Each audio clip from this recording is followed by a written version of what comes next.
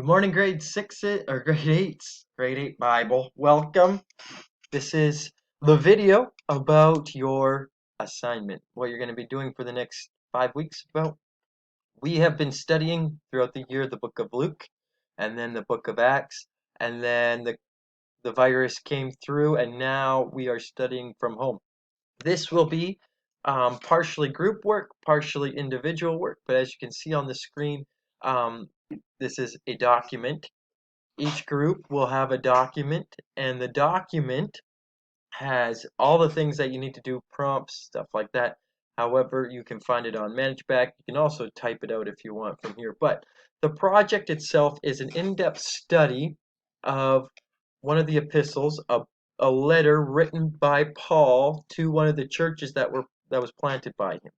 And so Paul, on his missionary journeys, went from place to place and planted churches, encouraged churches, spent some time in prison, shipwrecks, things like that. And so what this is we're going to have you look first at the book of Acts and how it relates to the city where he went and the church that he started. And then you're going to look at the letters that he later sent to those churches, and then study them using our OQAA. Remember, observations, questions, answers. And the last one is application. How do you apply it to your learning? And then after you have finished each section of the book, some will have more than one chapter, and so I called it sections. You will do what we call the Discovery Bible Study method, and just 3 parts of it. You will look at the section as a whole, and you will write down or type out things that this book is teaching us about people, who we are, who I am. Am I a sinner? Um, do I like to do wrong things, or do I hate people? Do I slander? Those kinds of things. Those we'll learn about people through these, and then the other thing will be, what do we learn about God from this section? And then the last one is, how do we apply this to our lives? So we're always going to look to see, how does this apply to daily life? So um, I have up the group for Romans. You can see here, um, Romans, the book, the Church of Rome, the church from the book of Revelation. So actually, you'll be doing 3 sections on the book, or the epistle, the letter written by Paul to the church, and then the last section will actually be a study into the letter written by Jesus, either to the church you studied before, or another church that might have similar things happening to it.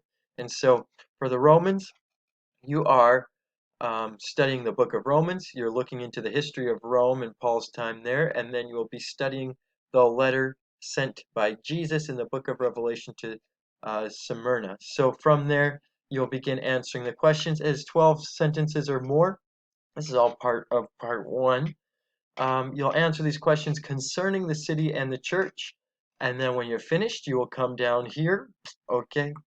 And this is the observations, questions, and answers. So you look at this and you will see verses. Student 1, you'll see these in the group. Student 1 does the 1 part, okay? Then I know who isn't doing their work or who is. And this is all part of a group so far. Everything you're doing is part of a group. Paul, a servant of Christ Jesus, called to be an apostle and set apart for the gospel of God, the gospel he promised beforehand through his prophets in the Holy Scriptures regarding his Son, who, as to his earthly life, was a descendant of David. So my observation is, Paul, okay, is a servant to Christ. Okay, he's an apostle, and he is sent out to bring the gospel. Beforehand, through his prophets, there is a holy scripture regarding God has a son. Okay, who is that son? We'll get in there. So those are observations. I just go through and I make observations about the text. I need 10. Okay, some of these will be really easy observations. Some of them will stretch you. Okay, the questions I can make from this is, who is Paul? How am I a servant of Christ Jesus? How is someone called to be an apostle or a servant of Christ Jesus? Okay, what is the Holy Scripture? Who is the Son of God? Who is the earthly life?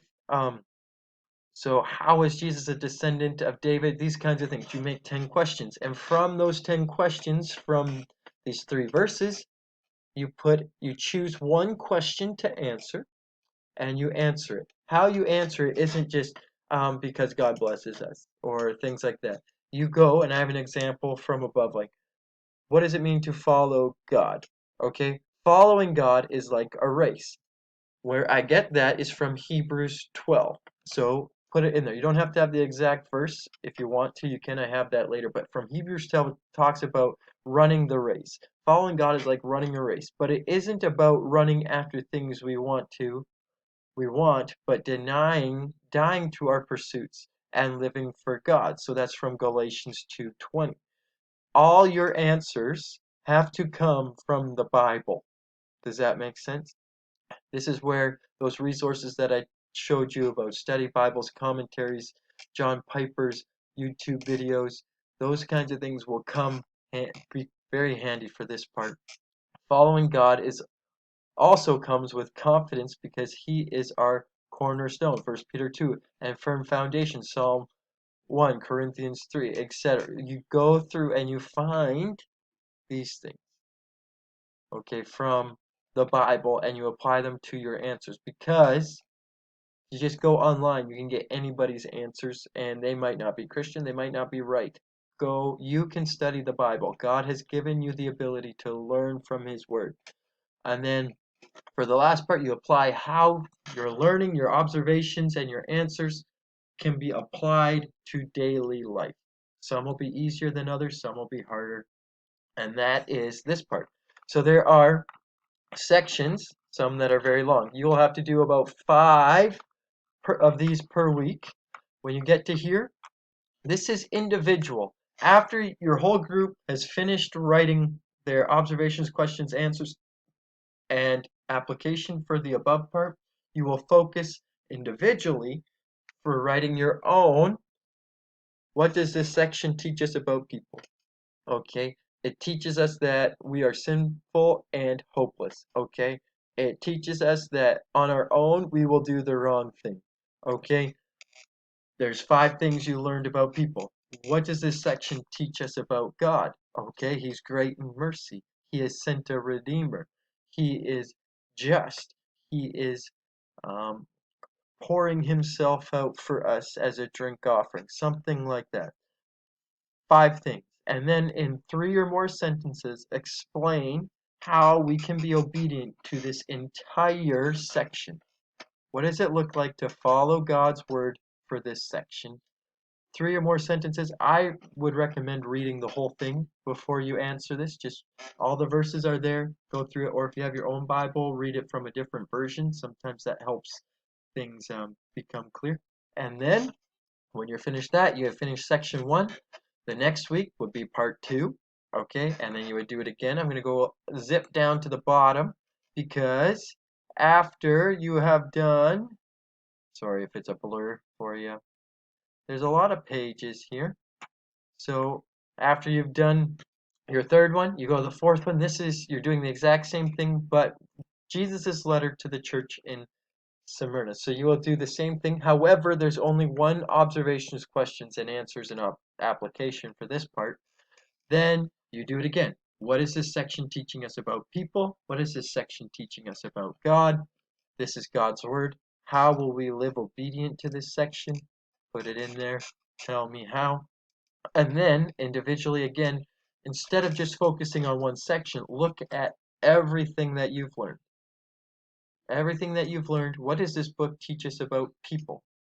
What did this book, this section, teach us about God? How do we live obedient to this entire book of Romans?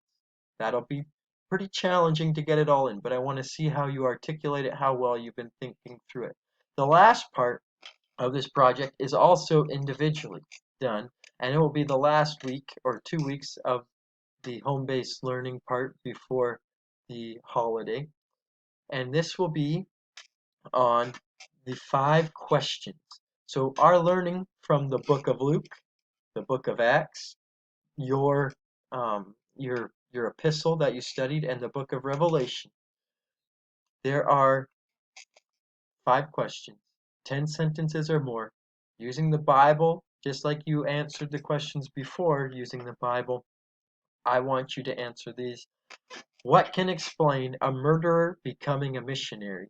What I'm referring to here is the book of Paul's life, not the book of Paul. The story of Paul's life, how he was persecuting and murdering the early church. Yet on the road to Damascus, God changed his heart, visited him, Jesus did, and commissioned him to be his vessel. The second question, how does the Christian life begin? What happens? So we see it through the book of Acts, right? What do people do? I don't want to give it all away. They repent, they're baptized. How does this new life begin? How are we dead to our old self and alive? Explain that. Then, what do Christians believe concerning salvation? Now, this isn't, they believe in God and they believe that He is alive and is active. No. What do Christians believe about our way of heaven, specifically from the Bible? How is it different than other religions? What do Christians believe concerning salvation? How do we have it, and what is it? Is it being reincarnated into a duck or something? I don't know. What is the purpose of Christian suffering? So in all of your studies, you should be coming across suffering because all of the early churches were suffering for the name of Jesus. What does Paul tell them?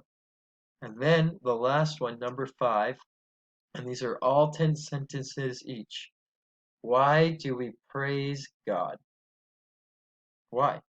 What is there? I just watched the movie The Passion last night, and I know why I praise God. After seeing what Jesus did for me on the cross, it's hard not to praise him and just be overwhelmed by what he's done. These this is the whole project. If you have questions, let me know. We will be meeting in small groups. While you have your groups, there'll be a meeting session for each group with me. There might be 2 groups in the same session where you can ask me questions. Maybe you don't understand a text or a verse. We'll go through it. I can help you study it better. But this will be your work for the next 4 weeks about. So you have part 1, part 2, part 3, part 4. Of these parts, there are some group work parts, so you have to do your own. You have to work with your group, but then there's also individual work where you're working on your own, and that's all very important. 1 week will equal 1 part. If you want to know who's in your group, I have that for you right here. So, groups, students by groups. So if you are in group 1, okay, you are Logan, Gianni, and Kevin. Student 1, who will be doing the student 1 parts, Logan. Student 2, Gianni. Student 3, Kevin. Those students will be doing the numbers that are on the side. You'll see it, student 1, student 2, student 3. Do your box. Your boxes. If you don't, I'll know who didn't do them because I have this list here. You can't switch students around. You are the number that you are. I'm sorry if some verses are longer than others. I didn't write the Bible. I didn't get to choose the length of the verses.